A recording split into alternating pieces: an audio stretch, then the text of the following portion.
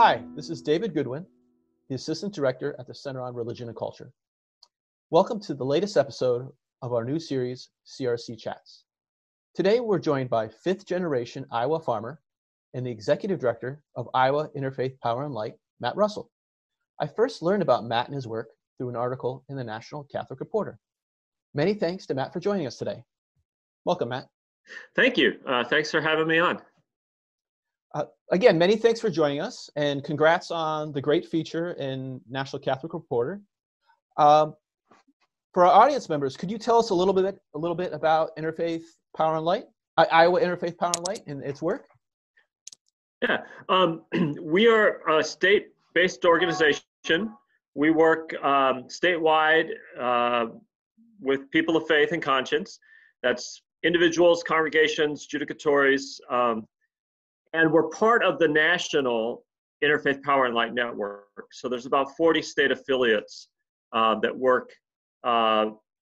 Each affiliate works in their state, and then they work collectively together on some federal stuff. But our mission is empowering Iowans of faith and conscience to take bold and just action on climate change. And what is the action you're hoping farmers take? And what's some of the practices you are trying to promote, or some of the ideas, or just philosophies, if you will? Yeah. So the thing is we're not actually trying to educate farmers. We're not trying to advance particular practices. The work we're doing is inviting farmers to get together and to help each other develop a message, a way of talking about climate change that empowers them to act. And that's been missing in really globally. We have not had farmers from their identity as farmers engaged on climate change in a way that really empowers them to act. So others have been trying to get farmers to embrace their message.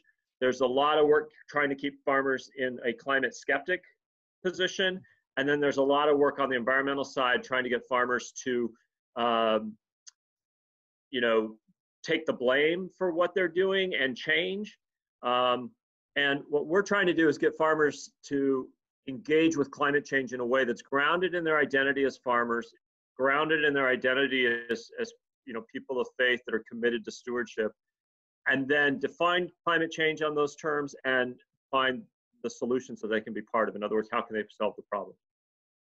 Why do you see this dilemma or this dynamic where farmers have not been seen as agents as far as combating climate change? Why have they been seen as roadblocks or passive figures in these discussions and in these actions? Well, I mean, on the one side, I really think about it. Farmers have been invited to be. When I say farmers, I really mean Iowa farmers is our grounded experience. But I think this could be said about a lot of American farmers, not just Iowa farmers. But our work is grounded in Iowa farmers. So if you look at the way Iowa farmers have been invited to be part of the dialogue or the conversation or the action on climate, there's really been two narratives. One is a climate skeptic approach, and that's, agribusiness has supported that. Some farm organizations have supported that, and certainly kind of a Republican political position has supported that. Farmers, climate change in general, we don't, the climate, where we're at right now, this has evolved over time, but where we are right now today is the climate is changing. It's always been changing. There's more extreme weather, and yeah, we have to be more resilient. We have to figure out how to adapt, but we don't know what the science is, and we know that there's a lot of political, environmental gamesmanship around climate, and if we engage in climate solutions, then we're going to lose out to the Chinese. We're going to unleash the power of government to regulate us out of existence, and the liberals and the environmentalists, they really want to just take down what we do. They don't understand what we do as farmers, and they want to do meatless Mondays, and just that's one very heavily resourced kind of extreme. And on the other side is the second way is an environmental approach of, look, farming, agriculture is 25% of global emissions. You've got CAFOs, industrial ag, all these things that are causing the problems. And you farmers, you just got to change. And then the third way that's kind of emerged in the last couple of years is farmers as victims.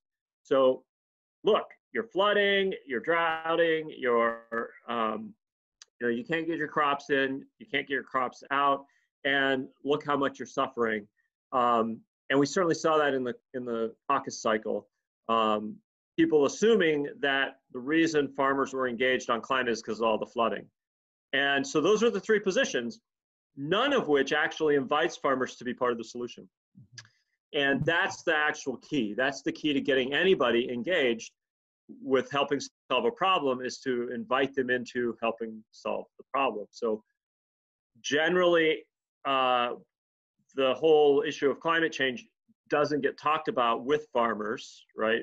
So it's not real, so there's no reason to talk about it. Or it is real and farmers are causing the problem and we've got the solutions. So, or farmers are victims, like they're finally on their knees, and now that's why they want to become part, they're talking about climate change because they finally admitted that they were wrong and that they are suffering and they're on their knees.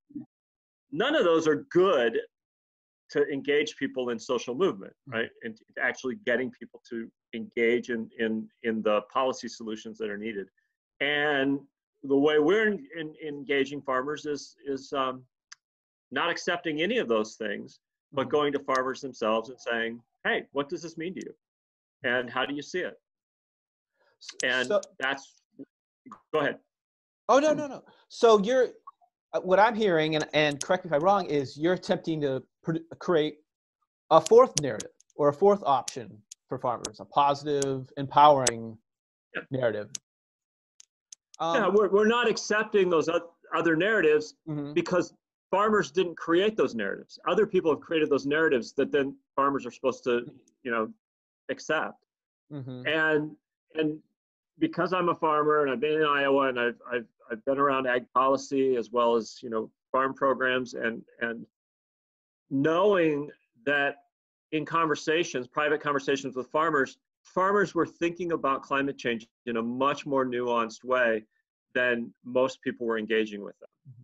And so knowing that, that's what I knew our work could be, inviting them to talk about that with each other.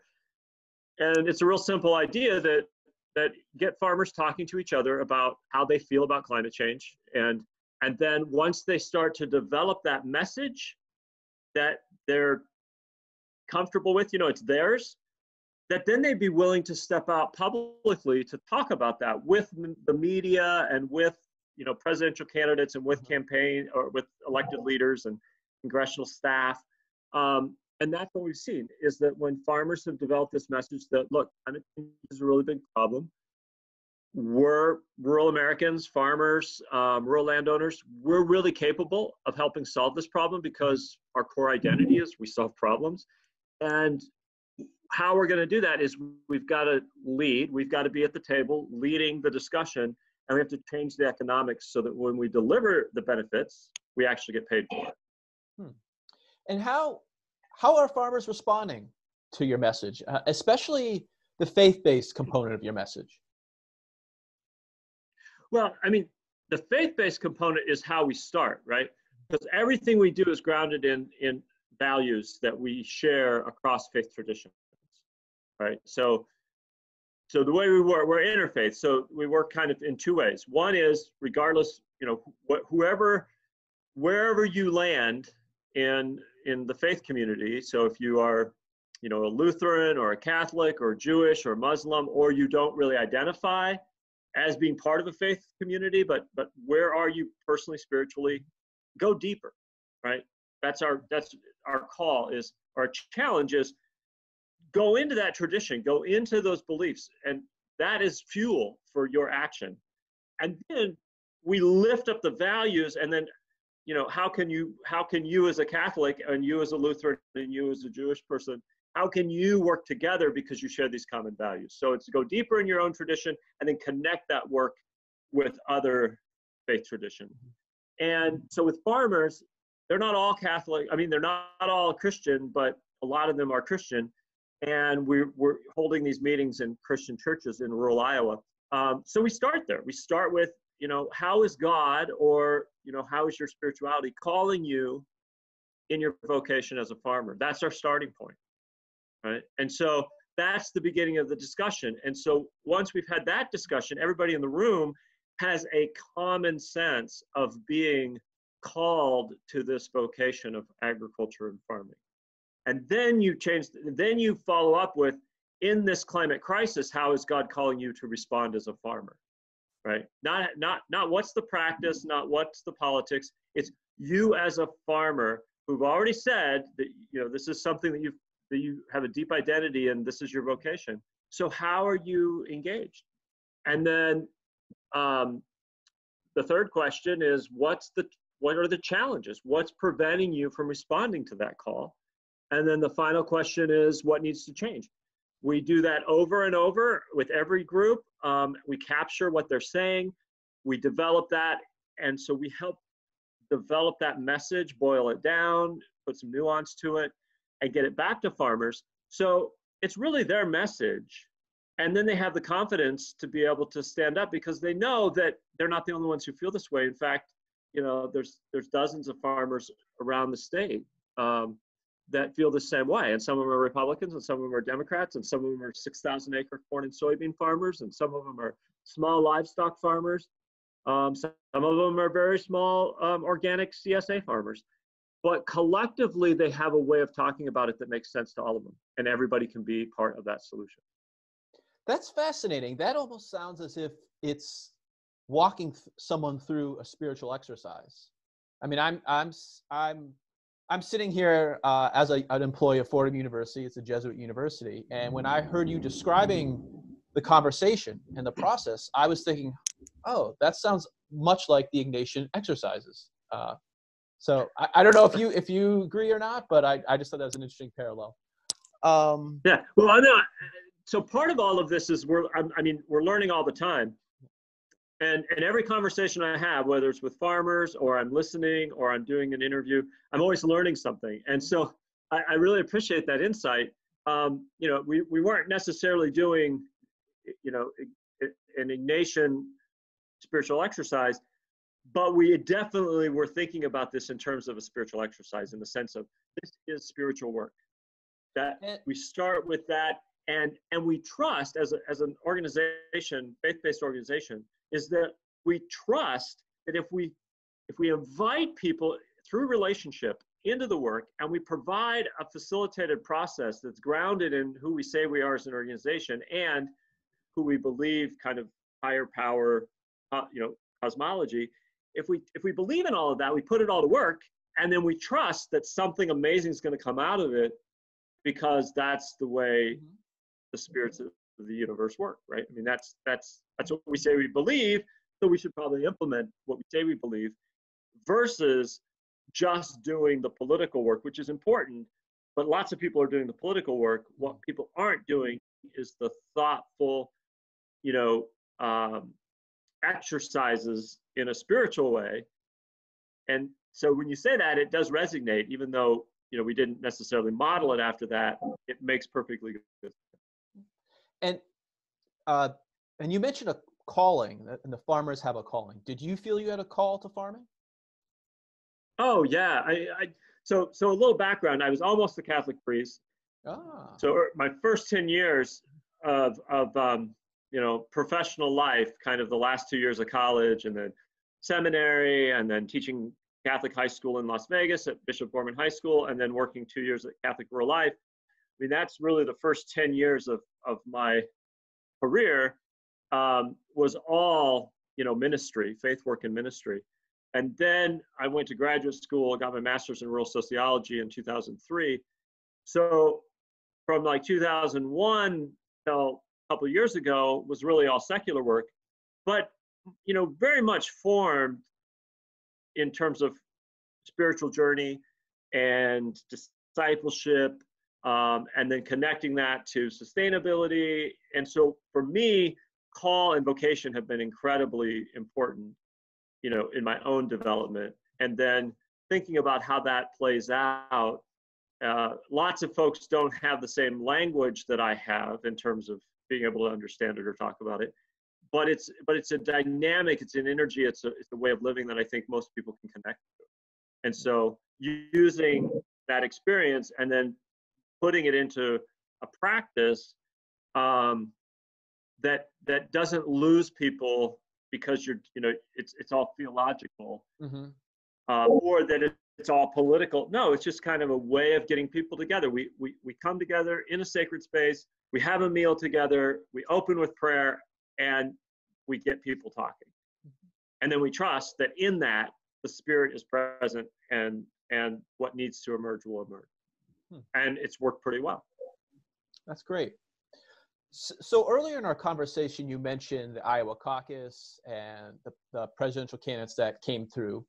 Last year, you wrote a column or an op-ed in the New York Times saying that politicians were not speaking a language that farmers could understand, or were not even addressing issues that were important to farmers. And in a recent New Yorker video profile, you mentioned that your farm, Coyote Run Farm, is that correct, the name of the farm? Yep. Coyote Farm, became almost a de facto campaign stop for presidential candidates. When you talked with them, what did you say to them? What advice did you give them? And did they follow it? Yeah. So lots of layers here. I'll try not to get lost into the weeds, but just kind of an overview is, so I had the opportunity to lead this organization. I've been working on agriculture and climate change for 5 or 6 years at Drake University Agricultural Law Center. So I was working in the secular world on agriculture, climate change. The papal encyclical had come out. I'd written a piece on that, actually, in National Catholic Reporter and Echo Beat, the first beat as well. And so very much in my mind thinking about all this, and I had this opportunity in 2018 to become this director. And when I interviewed, I said, if you hire me, we're going to work with farmers, because it's a really important thing that can happen. If we can get farmers talking about climate change, if we can change that narrative, it has huge implications. And we're leading up to the caucus cycle. There's going to be this big opportunity with media and the political world, a new platform for farmers to stand on and speak this new narrative. So that was the strategy. And I underestimated a couple of things. And they were, one, how long it would take farmers to be ready to speak publicly. I way underestimated or overestimated. Like, I thought if we did all this work at the beginning of end of 2018, the beginning of 2019, by the fall, we'd have farmers ready to kind of get to some town halls and start talking to candidates and kind of create this new narrative. They were ready to go, third meeting out in March. They're talking, like, Republican farmers are talking to a reporter who's writing a piece for Mother Jones. And they're like, yeah, sure, you can come to my farm. I'll talk climate change with you.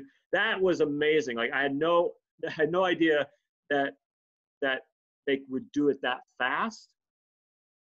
And the second thing is that how many, like 100%, every single media interest in the last year that has called us and said, can we talk to farmers about climate change? 100%, we've been able to connect them with farmers. So we've had a couple dozen farmers, well, just short of a couple dozen farms that we've been able to get into media pieces. So back to the caucuses and to the candidates, we had 3 candidates come through our farm, but we were also getting other farmers and rural folks to public forums to sit down with candidates. So the narrative that two things. If we remember, I said the way farmers framed it was why, who, and how. Why, this is a really big problem. Who? Us, farmers. And how do we lead and we change the economics. And that message just reiterated over and over, and Pay Farmers for Climate Services showed up in all but 2 national debates. all of the town halls, the two town halls, and almost all the candidates talked about farmers being part of the solution. We got to pay them. That was the message from our farmers. Now, back to your original question about how kind of climate active, like in climate action and a lot of other progressive policy positions, this is how the left has been engaging with rural America. It's upside down. Remember why, who, and how. You start with why because that's the most important. The left has been organizing in rural America exactly upside down. They start with how, and then who, and then why. And it goes like this. How, here's the issue. The policies, we focus grouped it, the consultants, this is the how. This is how we're gonna save you.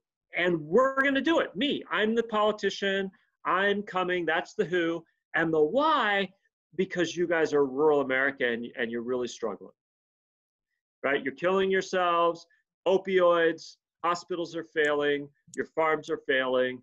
You know, look what Trump has done to the markets. In other words, here's how it's going to be. I figured it out. I'm coming with the solutions because you guys are helpless. Terrible way to try to organize people, right? And it shows, right? On environment, on lots of progressive things, rural America's not stepping up a lot because of the way they're being like organized and talked to. So that's part of that change is helping those candidates understand, look, if you want to talk to farmers about climate change and actually anything, start with why, because why is this important? And then second, the who is not you as a candidate. The who is who you're talking to. And the how is get them into a leadership position, help them change the dynamics. And in case of climate, it's change the economics so that when farmers are part of the solution, capturing carbon in their soils, reducing the emissions, and when farmers are actually delivering what the scientists, the Intergovernmental Panel on Climate Change special report on land use last fall, when the scientists said, this is what we need, then the farmers are saying, we can do that, but right now, all the economics are up, like they don't support that. If I do that stuff, it's an investment on my part. I take on more risk.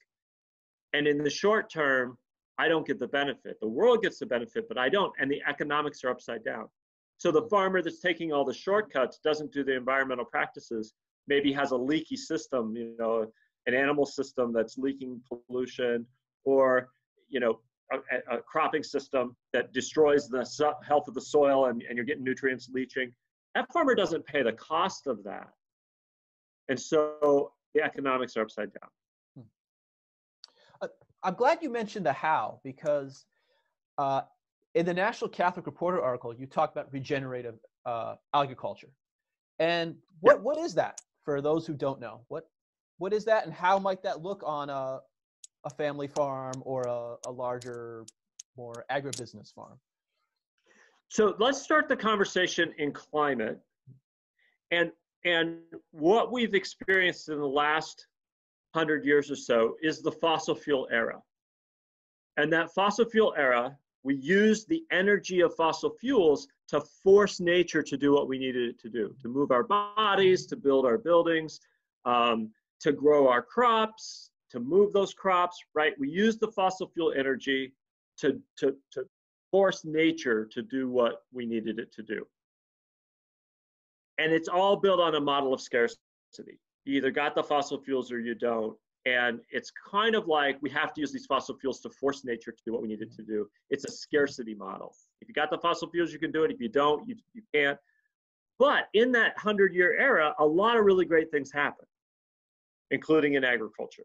But now we're in this feedback loop, and climate change is the top of that feedback loop, saying this doesn't work anymore. You're out of right, you're not in right relationship.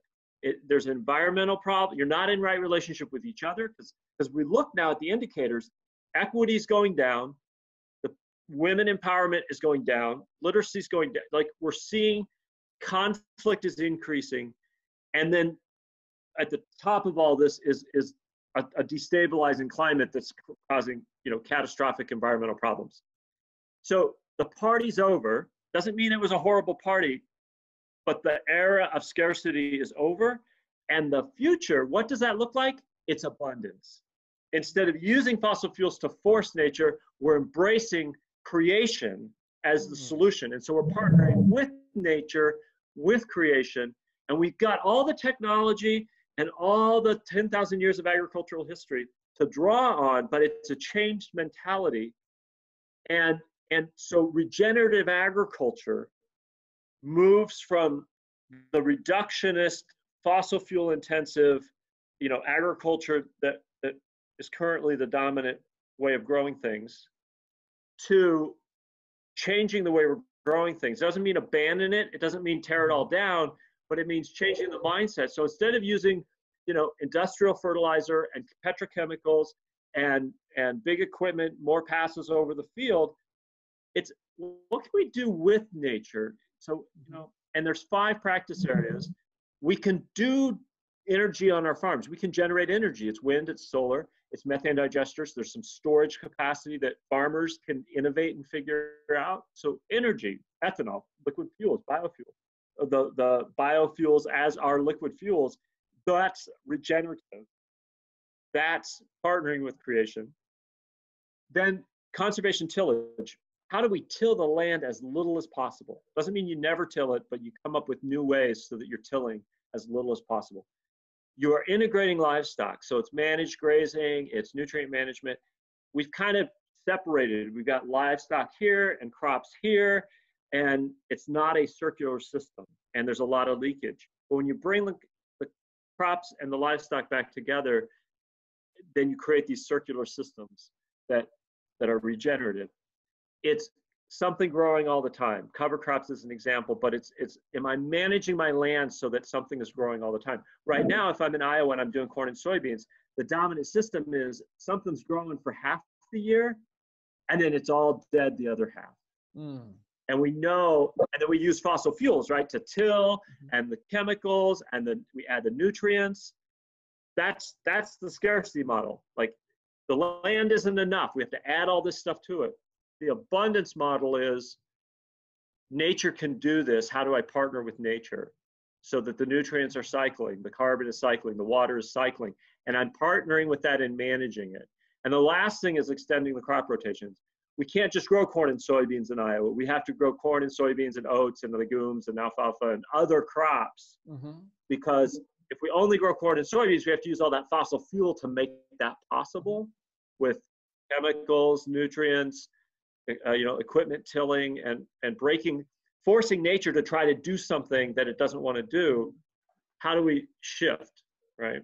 So sorry to kind of get off on a tangent there, but it's the foundation is we're moving from an era of scarcity in being invited into an era of abundance. This is the next 20 years is every bit and much, actually probably much bigger of a transition than from like in agriculture from the 30s to the 50s. The 20-year period, like at the end of the end of the agricultural systems before the fossil fuel era, so like the 20s and the 30s, and then 20 years later, by the 50s, it's all tractors and hybrids and petrochemicals.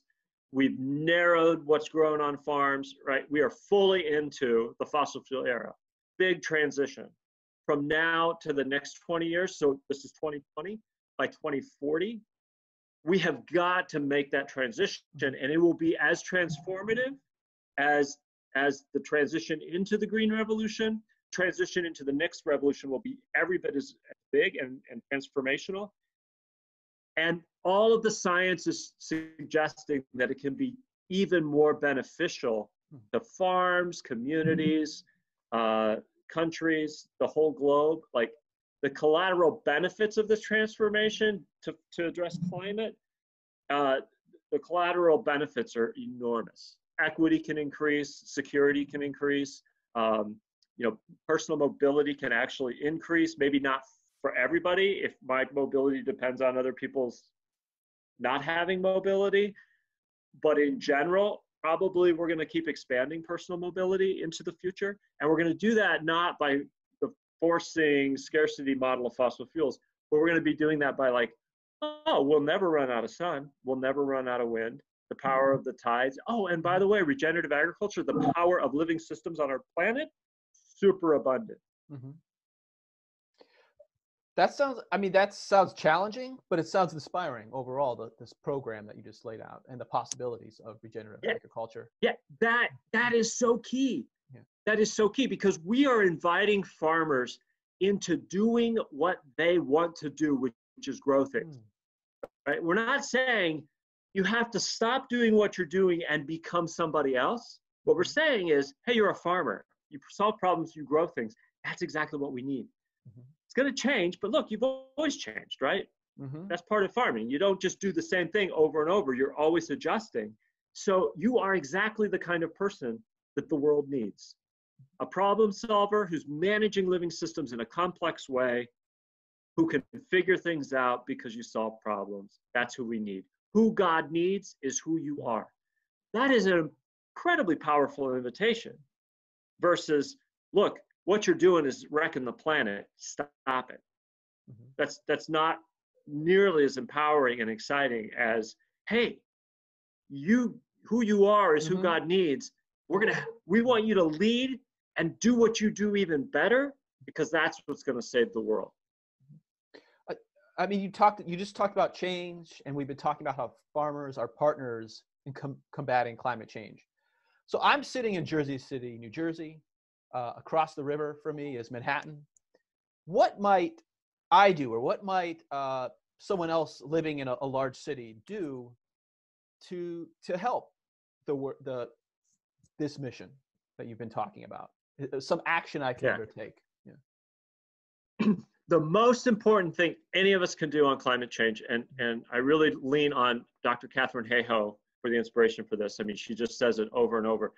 And that comes from her deep sense as an evangelical Christian, her deep identity.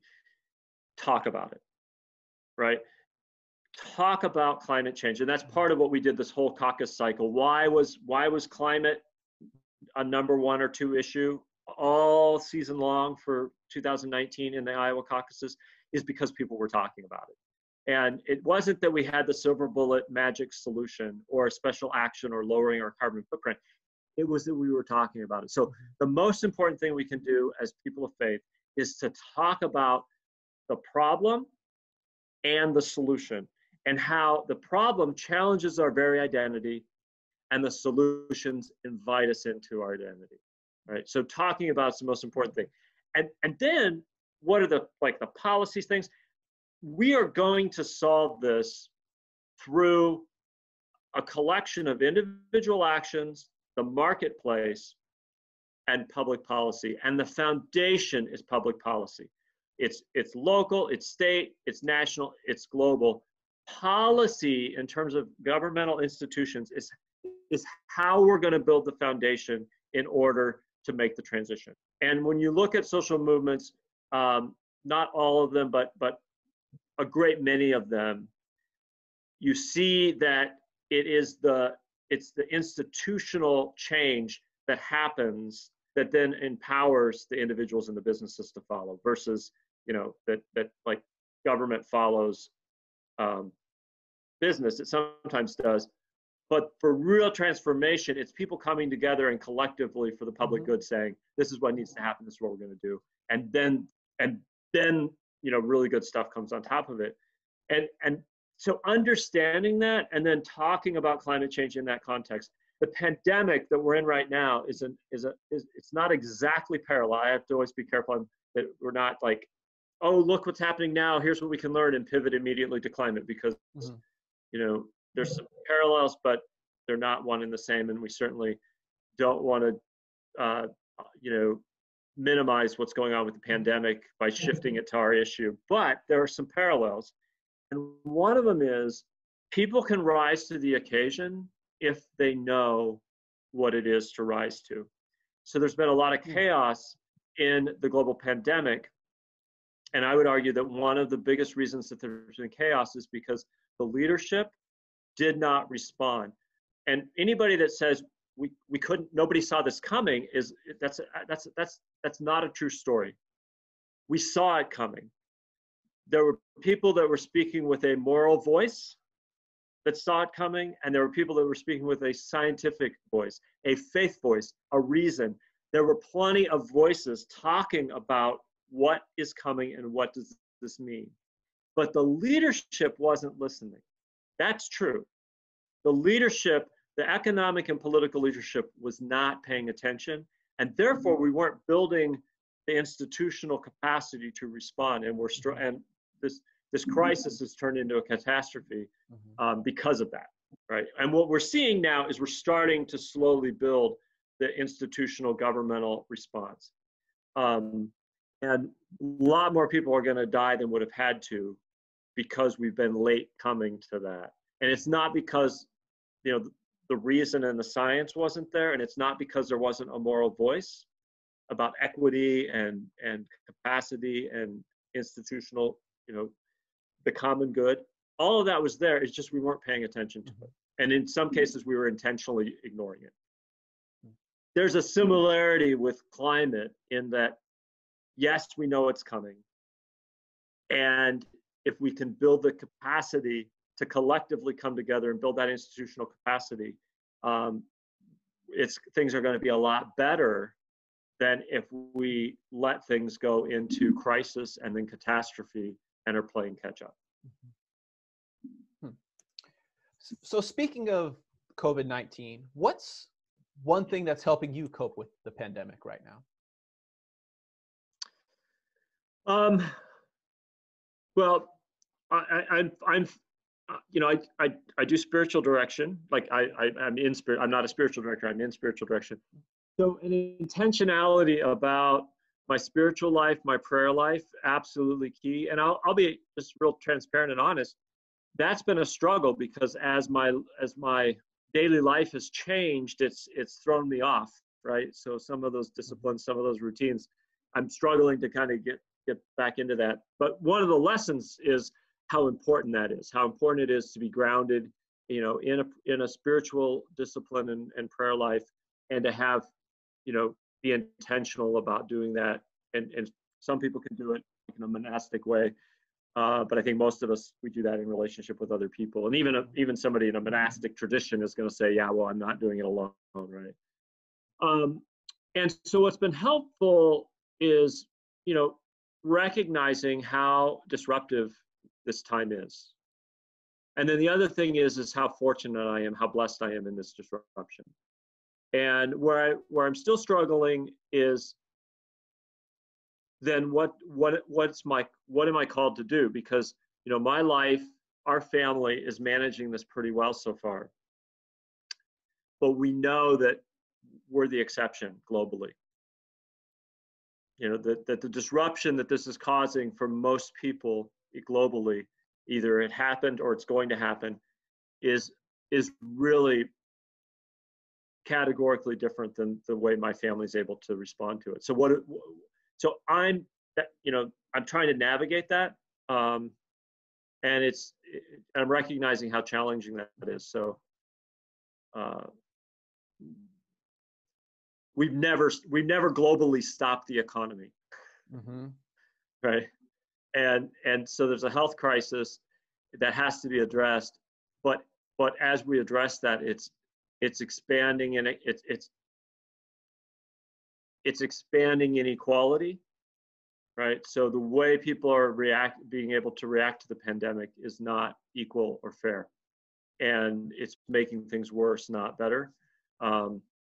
And so I'm really kind of prayerfully trying to embrace and engage and figure out, you know, what personally can we do as a family, and then from a systems change, what are we needing to do to respond? So this has been a wonderful conversation, Matt. Thanks for joining us today. Once again, Matt's organization is Iowa Interfaith Power Light. For those who would like to learn more about it, check out their website. Matt, thanks again for joining us today. Thank you, David. It was great to be with you, and a great chance to be reflective and prayerful about the work needing to be done. Likewise, and stay safe and healthy. Thank you. Likewise.